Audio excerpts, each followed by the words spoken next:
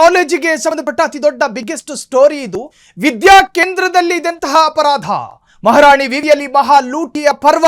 ಇದು ಶಿಕ್ಷಣ ಕಾಶಿಯೋ ಲೂಟಿಕೋರರ ಅಡ್ಡೆಯೋ? ಮಹಾರಾಣಿ ವಿವಿಯಲ್ಲಿ ಮಹಾ ಲೂಟಿ ಪರ್ವ. ಇದು ಶಿಕ್ಷಣ ಕಾಶಿಯೋ ಲೂಟಿಕೋರರ ಅಡ್ಡೆಯೋ? ನಡೆಯಲೇ ಇಲ್ಲ ಉಪನ್ಯಾಸ, ಆದ್ರೂ ಜೇಬಿಗೆ ಇಳಿಯಿತು ಲಕ್ಷ ಲಕ್ಷ ಹಣ. ಇದು ಜ್ಞಾನದ ಹಂಚಿಕೆಯೋ ಅಥವಾ ಹಣದ ಹಂಚಿಕೆಯೋ? ನಕಲಿ ಬಿಲ್ ಕ್ರಿಯೇಟ್ ಮಾಡ್ತಾರೆ, ಅದಕ್ಕೊಂದು ಡೂಪ್ಲಿಕೇಟ್ ಸಹಿ ಹಾಕ್ತಾರೆ, ನಕಲಿ GSTನೂ ಮಾಡ್ತಾರೆ.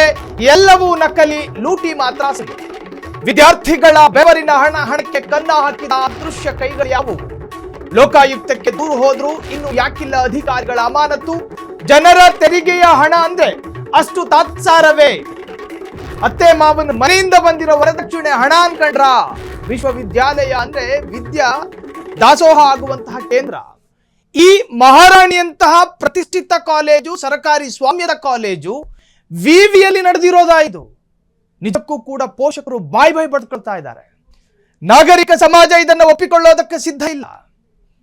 ಮಂಡ್ಯದ ಕೋಳಿ ಲಂಡನ್ನಲ್ಲಿ ಅದಕ್ಕೆ ಮಸಾಲೆಯನ್ನು ಹರಿತಾರೆ, ಕೆನಡಾದಲ್ಲಿ ಕೂತ್ ತಿಂತಾರೆ ಅಂದಂಗಾಯ್ತು. ಆ ಉಪನ್ಯಾಸಕರು ಕಾಲೇಜಿಗೆ ಬರಲಿಲ್ಲ, ವಿದ್ಯಾರ್ಥಿಗಳ ಮುಖ ನೋಡ್ಕೊಂಡು ಮುಖತಃ ಪಾಠ ಮಾಡಲಿಲ್ಲ. ಆ ಎಮ್ಮ ಇರೋದಲ್ಲೋ, ಆದ್ರೆ ಆ ಉಪನ್ಯಾಸಕರ ಖಾತೆಗೆ ತಿಂಗಳಿಗೆ ಹಣ ಹೋಗ್ತಾ ಇತ್ತು. ಪಾಠ ಮಾಡೋದಕ್ಕೆ ಶಾಲೆಗೆ ಬರಬೇಕಲ್ಲ, ಬರಲಿಲ್ಲ. ವಿದ್ಯಾರ್ಥಿಗಳ ಮುಖ ನೋಡ್ಕೊಂಡು ಆಫ್ಲೈನ್ ಪಾಠ ಮಾಡಬೇಕಿತ್ತಲ್ಲ, ಬರಲಿಲ್ಲ. ಅಟೆಂಡೆನ್ಸ್ ಬುಕ್ ಅಲ್ಲಿ ಆ ಉಪನ್ಯಾಸಕರ ಸಿಗ್ನೇಚರ್ ಇತ್ತ ಅಂತ ಕೇಳಿದ್ರೆ ಇಲ್ಲ. ಮತ್ತೆ ಹೆಂಗೋಯ್ತು ಅವ್ರಿಗೆ ಸ್ಯಾಲ್ರಿ ಗೊತ್ತಿಲ್ಲ. ವಿವಿ ಅಂತ ಹೇಳುವಾಗ ಕುಲಪತಿಗಳಿರ್ತಾರೆ, ಕುಲಪತಿಯ ಅಧೀನದಲ್ಲಿ ಈ ತರಹದ್ದೊಂದು ಅಪರಾಧ ನಡೆದು ಹೋಯ್ತಾ? ಇದನ್ನ ಪ್ರಮಾದ ಅಂತ ಬಣ್ಣಿಸ್ಬೇಕು, ಅಪರಾಧ ಅಂತ ಬಣ್ಣಿಸ್ಬೇಕು? Question mark. ಇದು ಜ್ಞಾನದ ಹಂಚಿಕೆಯೋ ಅಥವಾ ಹಣದ ಹಂಚಿಕೆಯೋ? ಸರ್ಕಾರಿ ಸ್ವಾಮ್ಯದ ಯೂನಿವರ್ಸಿಟಿಗಳಿಗೆ ಈ ರಾಜ್ಯದ ಪ್ರತಿಯೊಬ್ಬ ನಾಗರಿಕನ ತೆರಿಗೆಯ ಹಣದಿಂದಲೇ ಅಲ್ಲಿಗೆ ಎಲ್ಲವೂ ಹೋಗೋದು. ಈ ಪ್ರಕರಣ ಅಪ್ಡೇಟ್ಸ್ಗಳು ನಿಂತಿಲ್ಲ. ಮುಂದುವರೆಸುತ್ತಾ ಕಂಪ್ಯೂಟರ್ ಸೈನ್ಸ್ ವಿಭಾಗದಲ್ಲಿ ಹೈಟೆಕ್ ದರೋಡೆ ನಡೆದಿದೆ. ಉಪನ್ಯಾಸರ ಹೆಸರಿನಲ್ಲಿ ನಡೆದಿತ್ತು ಬರೀ ವಂಚನೆ. ಅಲ್ಲಿ ನಡೆದಿದ್ದೇ ವಂಚನೆ. ಗೈರಾದ ತಜ್ಞರಿಗೆ ತಲಾ 48,000 ಸಂಭಾವನೆ. ಲೋಕಾಯುಕ್ತಕ್ಕೆ ದೂರು ನೀಡಿದ ABVP ಮುಖಂಡರು. ಅಖಿಲ ಭಾರತೀಯ ವಿದ್ಯಾರ್ಥಿ ಪರಿಷತ್ ಅದು ಕಾರ್ಯಕ್ರಮವೇ ನಡೆಯದ ಮೇಲೆ ಹಣ ಯಾರ ಜೇಬಿಗೆ ಯಾರ ಹಾಕುದು? ಯೂನಿವರ್ಸಿಟಿಯನ್ನ ಇವರ ಅಪ್ಪನ ಸ್ವತ್ತು ಅಂದುಕೊಂಡಿದ್ದಾರೇನು? GST ಜಾಲದ ಮೂಲಕ ವ್ಯವಸ್ಥಿತ ಸ್ಕ್ಯಾಮ್. 1.83 ಲಕ್ಷ ಮೊತ್ತದ ಬಿಲ್ಗಳನ್ನು ಕೇವಲ ಕಾಗದದ ಮೇಲೆ ಸೃಷ್ಟಿ ಮಾಡ್ತಾರೆ. ಬೋಗಸ್ ಎಕ್ಸ್ಪರ್ಟ್ಗಳಿದ್ರು ಅಂತ ಅರ್ಥ. ಬಿಲ್ಲು ಕೂಡ ನಕಲಿ, ಅದಕ್ಕೆ ಸಿಗ್ನೇಚರ್ ಅನ್ನು ಕೂಡ ನಕಲಿ ಮಾಡಲಾಗುತ್ತೆ. ಅದಕ್ಕೆ GST ಕ್ಲೇಮ್ ಮಾಡಬೇಕಲ್ಲ, ಅದಕ್ಕೊಂದು ಸರ್ಟಿಫಿಕೇಟ್ ಬೇಕಲ್ಲ, ಆ GSTಯ ರೆಕಾರ್ಡು ಕೂಡ ನಕಲಿ ಮಾಡ್ತಾರೆ. ನೋಡಿ, ನಮ್ಮ ರಾಜ್ಯದ 3 ವಿಭಾಗವನ್ನ ಪ್ರಶ್ನೆ ಮಾಡೋದಕ್ಕೆ ನಮಗೆ ಮನಸ್ಸು ಬರೋದಿಲ್ಲ. ಒಂದು ಸಂತರು, ದೊಡ್ಡ ದೊಡ್ಡ ಸ್ವಾಮೀಜಿಗಳು, ಮಠಾಧಿಪತಿಗಳು, ಮೌಲ್ವಿಗಳು, ಪಾದ್ರಿಗಳು. ಆ ಒಂದು ವಿಭಾಗ ಆದ್ರೆ ಇನ್ನೊಂದು ವಿಭಾಗ ಈ ಮಕ್ಕಳಿಗೆ ಪಾಠ ಮಾಡುವ, ವಿದ್ಯಾರ್ಥಿಗಳಿಗೆ ವಿದ್ಯಾ ಬೋಧನೆ ಮಾಡುವಂತಹ ಈ ಉಪನ್ಯಾಸಕರು ಅಥವಾ ಶಿಕ್ಷಕರನ್ನ ಪ್ರಶ್ನೆ ಮಾಡೋದಕ್ಕೆ ನಮಗೆ ಮನಸ್ಸು ಬರೋದಿಲ್ಲ. ಆದ್ರೆ ಈ ತರಹದ ಪ್ರಕರಣಗಳು ಮುನ್ನೆಲೆಗೆ ಬಂದಾಗ ಹಿಂಗೂ ಮಾಡ್ತೀರಿ ಅಂದ್ರಯ್ಯ ಅಂತ ಅನಿಸ್ಬಿಡುತ್ತೆ. ಮಣ್ಣು ತಿನ್ನೋ ಕೆಲಸ ಮಾಡ್ಕೊಂಡ್ರಲ್ಲ ನೀವು. ವಿದ್ಯಾರ್ಥಿಗಳಿಗೆ ಉಪನ್ಯಾಸವನ್ನ ಪಠಿಸಬೇಕಿದ್ದ ನಿಮ್ಮ ನಾಲಿಗೆ ಈ ತರಹದ ಕೆಲಸಕ್ಕೆ ಬೆಂಬಲ ಕೊಡ್ತಾ ಕಂಪ್ಯೂಟರ್ ಸೈನ್ಸ್ ವಿಭಾಗದಲ್ಲೂ ಕೂಡ ನಡೆದಿದೆ. ಲೂಟಿ ಹೊಡೆದವರ ಹೆಡೆಮುರಿ ಕಟ್ಟೋದು ಯಾವಾಗ? ಗೈರಾದ ತಜ್ಞರಿಗೆ ತಲಾ 48,000 ರೂಪಾಯಿ ಹೋಗ್ತಾ ಇತ್ತು ತಿಂಗಳಿಗೆ. ಅಕ್ಷರ ಕಲಿಸೋ ಗುರುಗಳು ಅಕ್ರಮಕ್ಕೆ ಸತ್ತು ಕೊಟ್ಟಿದ್ದು ನಾಚಿಕೆಗೇಡಿನ ಕೆಲಸ. ಅದು ನಕಲಿ ದಾಖಲೆ ಸೃಷ್ಟಿಸಿದ ಲೂಟಿಕೋರರಿಗೆ ಶಿಕ್ಷೆ ಯಾವಾಗ ಮತ್ತು ಕೊಡೋರು ಯಾರು? ಸರ್ಕಾರ ಯಾಕೆ ಮೌನಕ್ಕೆ ಶರಣಾಗಿದೆ? ಕೇಳೋದಕ್ಕೆ ಮನಸ್ಸಿಲ್ವಾ? ಅವರನ್ನ ಪ್ರಶ್ನೆ ಮಾಡೋದಕ್ಕೆ ಆಸಕ್ತಿ ನಿಮಗಿಲ್ವಾ? ಲೋಕಾಯುಕ್ತರಿಗೆ ದೂರು ಸಲ್ಲಿಕೆ ಆಗಿದೆ. ಭ್ರಷ್ಟಾಧಿಕಾರಿಗಳ ಎದೆಯಲ್ಲಿ ಶುರುವಾಗಿದೆ ನಡುಕ. ಲೂಟಿ ಮಾಡಿದ ಪ್ರತಿ ಪೈಸೆಯನ್ನು ಕೂಡ ವಸೂಲಿ ಮಾಡಲೇಬೇಕು. ಶಿಕ್ಷಣ ಉಳಿಯಬೇಕಾದ್ರೆ ಇಂತಹ ಕಳ್ಳ ಅಧಿಕಾರಿಗಳನ್ನ ಜೈಲಿಗಟ್ಟಲೇಬೇಕು. ಹಣದ ಮೋಹಕ್ಕೆ ಬಿದ್ದವನು, ಹೆಣ್ಣಿನ ಲೋಭಕ್ಕೆ ಬಿದ್ದವನು ನೆಟ್ಟಗಾಗೋದು ಭಾರಿ ಕಷ್ಟ. ಒಂದು ಹಣದ ಮೋಹ, ಮತ್ತೊಂದು ಹೆಣ್ಣಿನ ಲೋಭ, ಲಾಲಸೆ. ಈ 2 ವಿಭಾಗದವರು ಸರಿದಾರಿಗೂ ಬರೋದು ಬಹಳಷ್ಟು ಕಷ್ಟ. ತಟ್ಟಿರೋ ಜಾಗಕ್ಕೆ 4-6 ಬಾರಿ ತಟ್ಟಬೇಕು ಇವ್ರನ್ನ. ಈ ಬಗ್ಗೆ ಮಾತನಾಡೋದಕ್ಕೆ ಸ್ವತಃ ದೂರುದಾರ ಫೋನ್ ಸಂಪರ್ಕದಲ್ಲಿದ್ದಾರೆ. ಪ್ರಯತ್ನಗಳಾಗ್ತಾ ಇದೆ ಸಂಪರ್ಕಕ್ಕೆ. ಶಿಕ್ಷಣ ಉಳಿಯಬೇಕಾದ್ರೆ ಇಂತಹ ಕಳ್ಳ ಅಧಿಕಾರಿಗಳನ್ನ ಜೈಲಿಗೆ ಅಟ್ಲೇಬೇಕು. ಹಾಗಾದ್ರೆ ಅಟ್ಟೋರು ಯಾರು? ಇವರ ವಿರುದ್ಧ ಲೋಕಾಯುಕ್ತರಿಗೆ ಕಂಪ್ಲೇಂಟ್ ಹೋಗಿದೆ, ಲಿಖಿತ ದೂರು ದಾಖಲಾಗಿದೆ. ಆದರೂ ಕೂಡ ಈವರೆಗೆ, ಈ ಘಳಿಗೆವರೆಗೂ ಕೂಡ ಕರೆಸಿ ಒಂದು ಪ್ರೈಮರಿ ಎನ್ಕ್ವೈರಿ ನಡೆಸಿದ್ರ? ಇಲ್ಲ. ವಿಸ್ತೃತವಾದಂತಹ ಚರ್ಚೆಗಳನ್ನ ಮಾಡಿದ್ರ? ಇಲ್ಲ. ಮತ್ತಿನ್ಯಾವ ಪುರುಷಾರ್ಥಕ್ಕೆ ದೂರು ದಾಖಲು ಮಾಡೋದು? ದೂರು ದಾಖಲಿಸಿ ಗಂಟೆಗಳು ಉರುಳಿದ್ರೂ ಕೂಡ ಸಂಬಂಧಪಟ್ಟ ಸಂಭಾವ್ಯ ಆರೋಪಿಗಳಿಗೆ ಫೋನ್ ಕರೆ ಹೋಗಲಿಲ್ಲ, ಅವರನ್ನ ಕರೆಸುವ ಪ್ರಯತ್ನಗಳಾಗಲಿಲ್ಲ. ಎಬಿವಿಪಿ ವಿದ್ಯಾರ್ಥಿಗಳು ಬಾಗಿಲಲ್ಲಿ ನಿಂತ್ಕೊಂಡು ನಿನ್ನೆ ದಿನ ಬಾಯ್ ಪಡ್ಕೊಂಡ್ರು, ಗಂಟ್ಲು ಹರ್ಕೊಂಡು ನಮಗೆ ನ್ಯಾಯ ಬೇಕು ಅಂದ್ರು. ವಿದ್ಯಾ ಕೇಂದ್ರದಲ್ಲಿ ವಿದ್ಯೆಗಳು ವಿತರಣೆ ಆಗಬೇಕೇ ಹೊರತಾಗಿ ಕಾಂಚಾಣ ಸೌಂಡ್ ಮಾಡಬಾರದು ಅಂದ್ರು ವಿದ್ಯಾರ್ಥಿಗಳು. ವಿದ್ಯಾರ್ಥಿಯ ಸಮೂಹ ಬೀದಿಗಿಳಿದು ಪ್ಲೇ ಕಾರ್ಡ್ಗಳ ಪ್ರದರ್ಶನ ಮಾಡ್ಕೊಂಡು ಸರ್ಕಾರದ ವಿರುದ್ಧ ಘೋಷಣೆ ಕೂಗೋ ಪರಿಸ್ಥಿತಿ ಬಂದಿಯಾತು. ಆಗ ನೀವು ಉತ್ತರ ಕೊಡಲೇಬೇಕಾದ ಸಂದರ್ಭಗಳು ಎದುರಾಗಬಹುದು. ವಿದ್ಯಾರ್ಥಿಗಳ ಎನರ್ಜಿಯನ್ನು ವೇಸ್ಟ್ ಮಾಡ್ತಾ ಇದ್ದೀರಿ ನೀವು. ಪಾಠ ಕೇಳಿಸಿಕೊಳ್ಳುವ ಕಟ್ಟಡದಲ್ಲಿ ಕೂತ್ಕೊಂಡು ವಿದ್ಯಾರ್ಥಿಗಳು ಪಾಠ ಕೇಳಬೇಕಾಗಿರೋರು, ದಾರಿಲಿ ಬಂದು ಪ್ರತಿಭಟನೆ ಮಾಡಬೇಕಾಗಿರೋರಲ್ಲ. ವಿದ್ಯಾರ್ಥಿಗಳ ಎನರ್ಜಿಯನ್ನು ವೇಸ್ಟ್ ಮಾಡ್ತಾ ಇದ್ದೀರಿ. ಇದು ಯಾವುದೋ ಒಂದು ಪಟ್ಟಣ ಪಂಚಾಯಿತಿಯಲ್ಲಿ ನಡೆದಿರತಕ್ಕಂತಹ ಭ್ರಷ್ಟಾಚಾರ ಅಲ್ಲ. ರಾಜ್ಯದ ಅದೆಷ್ಟೋ ವಿದ್ಯಾರ್ಥಿಗಳು ಭವಿಷ್ಯದಲ್ಲಿ ಈ ಭಾರತವನ್ನ ಉಜ್ವಲಗೊಳಿಸಬೇಕಾದಂತಹ ವಿದ್ಯಾರ್ಥಿಗಳು ಇದ್ದಂತಹ ವಿವಿಯಲ್ಲಿ ಮಾಡಿರ್ತಕ್ಕಂತಹ ಅಧ್ವಾನ ಇದು. ಇದನ್ನ ತಾತ್ಸಾರವಾಗಿ ನೋಡಬೇಕಾದ ಪ್ರಕರಣ ಅಲ್ಲ, ಇದು ಗಂಭೀರವಾಗಿ ಪರಿಗಣಿಸಬೇಕು. ಸಂಬಂಧಪಟ್ಟವರು ಎಚ್ಚೆತ್ತುಕೊಳ್ಳಬೇಕು. ಎಚ್ಚರಗೊಳ್ಳದೆ ಇದ್ದರೆ ನಿಮ್ಮ ಬುಡುಕು ಬಂದು ಬಡದೀತು. ಶಿಕ್ಷಣ ಉಳಿಬೇಕಾದ್ರೆ ಇಂತಹ ಕಳ್ಳ ಅಧಿಕಾರಿಗಳನ್ನ ಹೆಡಮುರಿ ಕಟ್ಟಬೇಕು. ಬೇರೆ ವಿವಿಗೂ ಕೂಡ ಇದು ಪಾಠ ಆಗಬೇಕು. ನಮಗೆ ಮನಸ್ಸಾಗೋದಿಲ್ರಿ ಈ ವಿಶ್ವವಿದ್ಯಾನಿಲಯ ಅಂತ ಬಂದಾಗ, ಅದರಲ್ಲೊಂದಷ್ಟು ಅಕ್ರಮ ಅಂತ ಕೇಳಿದಾಗ ಅದನ್ನು ಪ್ರಶ್ನೆ ಮಾಡೋದಕ್ಕೆ ನಮಗೆ ಮನಸ್ಸು ಬರೋದಿಲ್ಲ. ವಿದ್ಯೆಯನ್ನ ದಾರಿ ಎರೆದು ಕೊಡುವಂತಹ ಕುಲಪತಿಗಳು ಅಥವಾ ಅಲ್ಲಿನ ಉಪನ್ಯಾಸಕರ ವಿರುದ್ಧ ಹೆಂಗೆ ಮಾತನಾಡೋದು? ಭ್ರಷ್ಟರ ವಿರುದ್ಧ ಮಾತನಾಡಿದ ನಮ್ಮ ನಾಲಿಗೆಗಳು ಈ ತರಹದ ಉಪನ್ಯಾಸಕರ ವಿರುದ್ಧ ಮಾತನಾಡೋದಕ್ಕೂ ಕೂಡ ಮನಸ್ಸು ಕಾಣಿಸೋದಿಲ್ಲ, ಮನಸ್ಸನ್ನ ತೋರಿಸೋದಿಲ್ಲ. ಅಂತಹದ್ರಲ್ಲಿ ಈ ಪ್ರಕರಣದಲ್ಲಿ ಬಾಯಿ ಮುಚ್ಚಿಕೊಂಡು ಸುಮ್ಮನೆ ಕೂತ್ರೆ ಇದು ದೈತ್ಯವಾಗಿ ಬೆಳೆಯುತ್ತೆ ಅನ್ನೋ ಸೂಕ್ಷ್ಮತೆ ನಮಗೆ ಗೊತ್ತು. ಲೂಟಿ ಮಾಡಿದ ಪ್ರತಿ ಪೈಸೆಯನ್ನು ಕೂಡ ಉಸಿರಿ ಮಾಡಲೇಬೇಕು. ಶಿಕ್ಷಣ ಉಳಿಬೇಕಾದ್ರೆ ಇಂತಹ ಕಳ್ಳ ಅಧಿಕಾರಿಗಳನ್ನು ಜೈಲಿಗಟ್ಟಲೇಬೇಕು. ಇದರಲ್ಲಿ ಯಾವ ಮುಲಾಜು ಬೇಡ, ಯಾವ ಸಿಂಪತಿಯೂ ಬೇಡ, ಇದರಲ್ಲಿ ಯಾವ ಕರುಣೆಯೂ ಬೇಡ. ಸಂಬಂಧಪಟ್ಟವರಿಗೆ ಪಾಠ ಆಗಬೇಕು. ಇದಕ್ಕೆ ಸಂಬಂಧಪಟ್ಟ ಹಾಗೆ ಸ್ವತಃ ದೂರುದಾರ ಈಗ ಫೋನ್ ಸಂಪರ್ಕದಲ್ಲಿದ್ದಾರೆ. ಸರ್ ನಮಸ್ಕಾರ. ಸರ್, ನನ್ನ ಧ್ವನಿ ರೀಚ್ ಆಗ್ತಾ ಇದೆಯಾ ತಮಗೆ? ಸಂಪರ್ಕ ಸಾಧ್ಯ ಆಗ್ತಾ ಇಲ್ಲ, ಪ್ರಯತ್ನಗಳು ಮುಂದುವರಿಯುತ್ತೆ. ಸೊ ವಿದ್ಯಾ ಕೇಂದ್ರಗಳಲ್ಲಿ ಈ ತರಹದ್ದೊಂದು ಭ್ರಷ್ಟಾಚಾರ, ಹಣದ ಅಕ್ರಮ, ದಾಖಲೆಗಳನ್ನು ನಕಲಿಯಾಗಿ ಸೃಷ್ಟಿ ಮಾಡ್ತಾರೆ.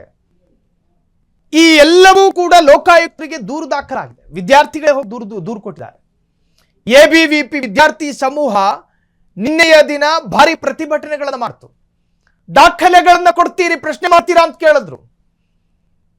ವಿದೇಶದಲ್ಲಿ ಕೂತ್ಕೊಂಡಿರ್ತಾರೆ ಉಪನ್ಯಾಸಕರು, ಅವರ ಖಾತೆಗೆ ತಿಂಗಳಿಗೆ ಕರೆಕ್ಟ್ ಆಗಿ ಸಂಬಳ ಹೋಗ್ತಾ ಇದೆ. ಹೆಂಗೆ? ಶಾಲಾ ಕಟ್ಟಡಕ್ಕೆ ಬಂದಿಲ್ಲ, ಮಕ್ಕಳಿಗೆ ಮುಖತಃ ನಿಂತ್ಕೊಂಡು ಪಾಠ ಮಾಡಿಲ್ಲ, ಆನ್ಲೈನ್ ಪಾಠದ ಮುಖಾಂತರವಾಗಿ ಮಕ್ಕಳಿಗೆ ಮುಖ ತೋರಿಸುವ ಉಪನ್ಯಾಸಕರ ಅಕೌಂಟಿಗೆ ನೀವು ದುಡ್ಡು ಹಾಕ್ತೀರಿ? ಯಾರ ಮನೆ ದುಡ್ಡು ಅನ್ಕೊಂಡಿದ್ದೀರಿ? ಖಾಸಗಿನಾರು?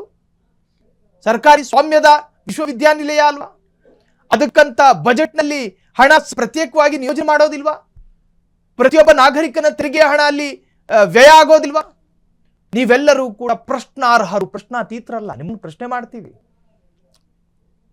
ಹೆಂಗೆ ನೀವು ಕೊಟ್ರಿ ಸಂಬಳನ? ಉಪನ್ಯಾಸಕರು ಬರಬೇಕಲ್ಲ, ಪಾಠ ಮಾಡಬೇಕು, ಅದಕ್ಕೆ ಸಂಬಂಧಪಟ್ಟ ದಾಖಲೆಗಳು ನಿಮ್ಮ ಜೊತೆ ಇರಬೇಕು. ಹಾಜರಾತಿ ಪುಸ್ತಕದಲ್ಲಿ ಅವರ ಸಹಿ ಉಲ್ಲೇಖ ಇರಬೇಕು. ಯಾವ ಉಲ್ಲೇಖವೂ ಇಲ್ಲ. ಅಪ್ರತ್ಯಕ್ಷ ದೇಹಕ್ಕೊಂದು ನಿಮ್ಮ ತಿಂಗಳ ಸಂಬಳ ಹೋಗುತ್ತೆ ಅನ್ನೋದಾದ್ರೆ ವಿಸ್ಮಯಕಾರಿಯಾಗಿ ಕೆಲಸ ಮಾಡ್ತಿದ್ದೀರಿ ನೀವು. ಅಬೌದ್ಧಿಕವಾಗಿ ನಿಜಕ್ಕೂ ಕೂಡ ಇದು ಆಶ್ಚರ್ಯ ಅನ್ಸುತ್ತೆ. ವಿವಿಯಲ್ಲಿ ಈ ತರಹದ್ದು ನಡೆದಿದೆ ಅನ್ನೋದಾದ್ರೆ ಅದನ್ನು ವಿವರಿಸೋದಕ್ಕೂ ಒಂದು ತರಹದ ನಾಚಿಕೆ ನಮಗೆ. ಉಪನ್ಯಾಸಕರಿಗೆ ವಿವಿ ಸಂಬಳ, ಇದು ಜ್ಞಾನದ ಹಂಚಿಕೆಯೋ ಹಣದ ಹಂಚಿಕೆಯೋ? ಲೂಟಿ ಹೊಡೆದವರ ಹೆಡಮರಿ ಕಟ್ಟೋದು ಯಾವಾಗ? ಮತ್ತೆ ಸಂಪರ್ಕಕ್ಕೆ ಬಂದಿದ್ದಾರೆ ದೂರುದಾರ. ಸರ್ ನಮಸ್ಕಾರ. ನನ್ನ ಧ್ವನಿ ರೀಚ್ ಆಗ್ತಾ ಇದೆಯಾ ತಮಗೆ? ಸಂಪರ್ಕ ಮತ್ತೆ ಮುಂದುವರಿಯುತ್ತೆ, ಸಂಪರ್ಕ ಸಾಧ್ಯ ಆಗ್ತಾ ಇಲ್ಲ, ಪ್ರಯತ್ನಗಳು ಮುಂದುವರಿತವೆ. ಜನರ ತೆರಿಗೆಯ ಹಣ ಅಂದ್ರೆ ಅಷ್ಟು ತಾತ್ಸಾರ ಯಾಕೆ ನಿಮಗೆ? 2 ಕೋಟಿ ಹಣ ಅಂದ್ರೆ ಇವರಿಗೆ ತಮಾಷೆನಾ? 2 ಕೋಟಿ ಹಣ ನಕಲಿ ದಾಖಲೆ ಸೃಷ್ಟಿಸಿದ ಲೂಟಿಕೋರರಿಗೆ ಶಿಕ್ಷೆ ಯಾವಾಗ ಅನ್ನೋದು ಎಬಿವಿಪಿ ವಿದ್ಯಾರ್ಥಿಗಳ ಮೂಲ ಮಂತ್ರ ಆಗಿತ್ತು, ಘೋಷಣೆ ಅದಾಗಿತ್ತು. ಪ್ಲೇ ಕಾರ್ಡ್ಗಳ ಪ್ರದರ್ಶನ ಆಯಿತು. ಇಂಥವರಿಗೆ ಕಾನೂನು ಪಾಠ ಕಲಿಸದೇ ಇದ್ದರೆ ಮುಂಬರುವಂತಹ ಪೀಳಿಗೆ ಇದನ್ನು ಸಹಿಸೋದಿಲ್ಲ. ಒಟ್ಟಾರೆ ವಿವಿಯಲ್ಲಿ ನಡೆದಿರತಕ್ಕಂತಹ ಮಹಾ ಅಧ್ವಾನ ರಾಜ್ಯದಲ್ಲಿ ಸಂಚಲನ ಮೂಡಿಸ್ತಾ ಇದೆ. ನಕಲಿ ದಾಖಲೆ ಸೃಷ್ಟಿ ಮಾಡಿ GST ರೆಕಾರ್ಡ್ಸ್ ಅನ್ನು ಕೂಡ ಸೃಷ್ಟಿ ಮಾಡ್ತಾರೆ. ಅದು ಕೂಡ ಬೋಗಸ್ಸು, ಯಾವುದು ಅಸಲಿ ಅಲ್ಲ, ಆದ್ರೆ ದುಡ್ಡು ಕೊಡೋದು ಮಾತ್ರ ಅಸಲಿ. ಪಾರದರ್ಶಕತೆ ಇರಬೇಕಾದ ಒಂದು ವಿಭಾಗ ಅಪಾರದರ್ಶಕತೆಯಿಂದ ಮುಳುಗಿದೆ. ಭ್ರಷ್ಟಾಚಾರದ ವಿರುದ್ಧ ಮಕ್ಕಳಿಗೆ ಬೋಧಿಸಬೇಕಾದ ಒಂದು ವಿಭಾಗ ಭ್ರಷ್ಟಾಚಾರಕ್ಕೆ ಬೆಂಬಲಿಸ್ತಾ ಇದೆ. ಅಕ್ರಮ, ಹಣದ ಲಾಲಸೆ, ಹಣದ ಮೇಲಿನ ಮೋಹಗಳನ್ನ ನಿಯಂತ್ರಣ ಮಾಡಬೇಕು ಅಂತ ಹೇಳಿ ವಿದ್ಯಾರ್ಥಿಗಳಿಗೆ ಪಠಿಸಬೇಕಿದ್ದ ನಾಲೆಗೆ ಆ ತರಹದ್ದೊಂದು ಕೃತ್ಯಕ್ಕೆ ಸಾಥ್ ಕೊಡ್ತಾ ಕ್ವಶ್ಚನ್ ಮಾರ್ಕ್.